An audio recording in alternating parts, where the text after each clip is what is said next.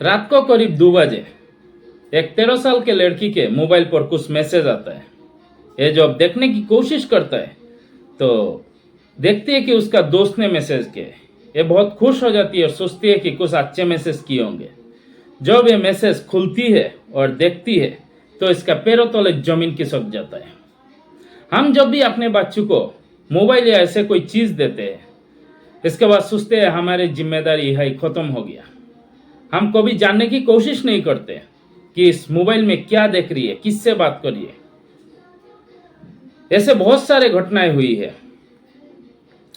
तो इस मैसेज में ऐसा क्या था जिसकी वजह से इसका पैरों तले जमीन खिसक गया? आइए जानते हैं, आपको सिलसिलेवार तरीके से समझाते हैं, सुनाते हैं। नमस्कार आदाब, आप सभी का स्वागत है मेरे यूट्यूब चैनल रियल स्टोरी में। उम्मीद है कि आप अच्छे होंगे, अपनी ख्याल रख रहे होंगे। आज की जो घटना है ये छत्तीसगढ़ की एक जगह लगता है बिलासपुर। अब बिलासपुर की एक कॉलोनी, विवेकानंद रेसिडेंसी कॉलोनी में एक 13 साल की लड़की रहती थी इसका माँ बाप के साथ। और इसी कॉलोनी में और एक लड़का करीब 14 साल के आसपास, 14 साल का लड़का था, वो इसी कॉलोनी में ही रहता था। दोनों पढ़ाई भी करती थी एक साथ, तो इसी वजह से इसका साथ दोस्ती भी हो गया। अब दोनों स्कूल जाते, दोनों की दोस्ती, दोनों बातचीत करते। अब दोनों के पास मोबाइल है।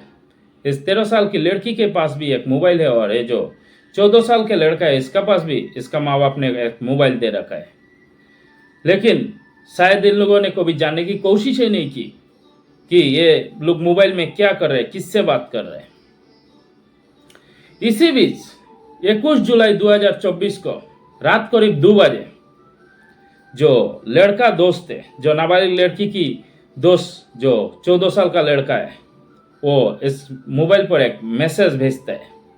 जब मैसेज भेजता है, लड़की सोचती है कि शायद कुछ अच्छे मैसेज भेजे होंगे। अब जब लड़की मैसेज खुलती है तो देखती है कि जो चीज देखती है इससे उसका पैरों तले जमीन खिसक जाता है। ये देखती है कि इसका जो लड़का मैसेज में लिखता है कि तुम्हारे कुछ अश्लील फोटो है मेरे पास, तुम मुझसे मिलने आ जाओ। उस कॉलोनी के पास एक मंदिर थी तो वहां मिलने के लिए बुलाया। जब लड़की ने मना किया तो कहता है तुम्हारे कुछ मैसेज है मेरे पास, मैं इसे वायरल कर दूंगा। अब सवाल यह है कि इसका पास अश्लील मैसेज जो फोटो है ये कैसे गया, और ये जो लड़की है इसको क्यों डर लगने लगा अगर इसका कोई अश्लील फोटो नहीं था उसका पास। तो कहता है कि तुम्हारे कुछ अश्लील फोटोग्राफ है मेरे पास, मैं उसे वायरल कर दूंगा, तुम नहीं तो तुम मिलने आ जाओ मेरे से इस मंदिर में। अब लड़की डर जाती है कि अगर मैं नहीं जाऊँ तो ये वायरल कर देगा। अब ये जाती है, जाने के बाद वहाँ जाकर देखती है कि वहाँ और एक उसका दोस्त का साथ और एक लोग खड़ा है वहाँ। अब पूछती है कि क्यों बुलाया मुझे। लड़की को अंदेशा हो चुकी थी। अब इन लोग जब आए थे तो इसका साथ कुछ नशीला पदार्थ लेके आया था, कुछ चीजें लाया था। अब जब ये लड़की वहां जाती है तो उसको जोर जबरदस्ती उसको ये खिला देता है। इसके बाद लड़की बेहोश हो जाता है। बेहोश होने के बाद दोनों ने बारी बारी से इसका साथ बलात्कार करते हैं। अब करीब आधा घंटा 1 घंटा बीत जाती है, करीब 3 बजे का आसपास होता है तो जो लड़की होता है उसका माँ का नींद टूटता है। आँख खुलता है तो देखती है कि उसका पास उसका बेटी नहीं है।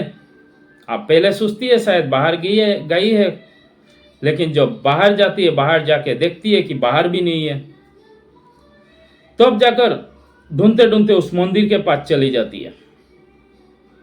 और जब मंदिर के पास जाती है तो देखती है कि वहाँ 2 लोग खड़ा है, उसका बेटी के साथ दुष्कर्म कर रहा था।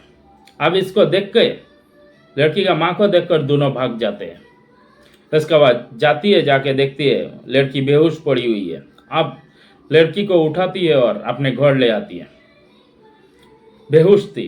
अब दूसरे दिन जब लड़की का आँख खुलता है, होश में आती है, तो पूरे कहानी बयां करती है, बताती है ऐसे ऐसे हुआ है।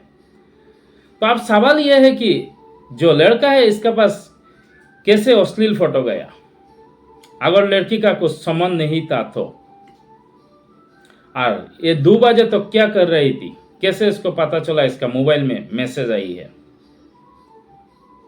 इसके बाद जो पास के थाना होता है शारकंडा थाना, वहां जाकर एफआईआर दर्ज करवाती है इसका माँ।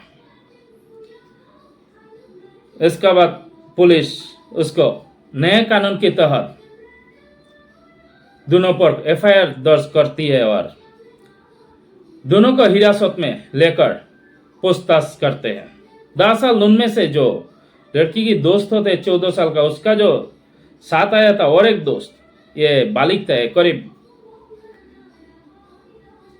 26 साल का था, 25-26 साल का था। अब दोनों को पूछताछ करते हैं और आगे की कार्रवाई जारी रखते हैं। कहते हैं कि आगे जो पूछताछ करने के बाद जो चीज़ निकाल आएगा, जो कार्रवाई करना पड़ेगा वो करेंगे और दोनों को जेल भेजेंगे।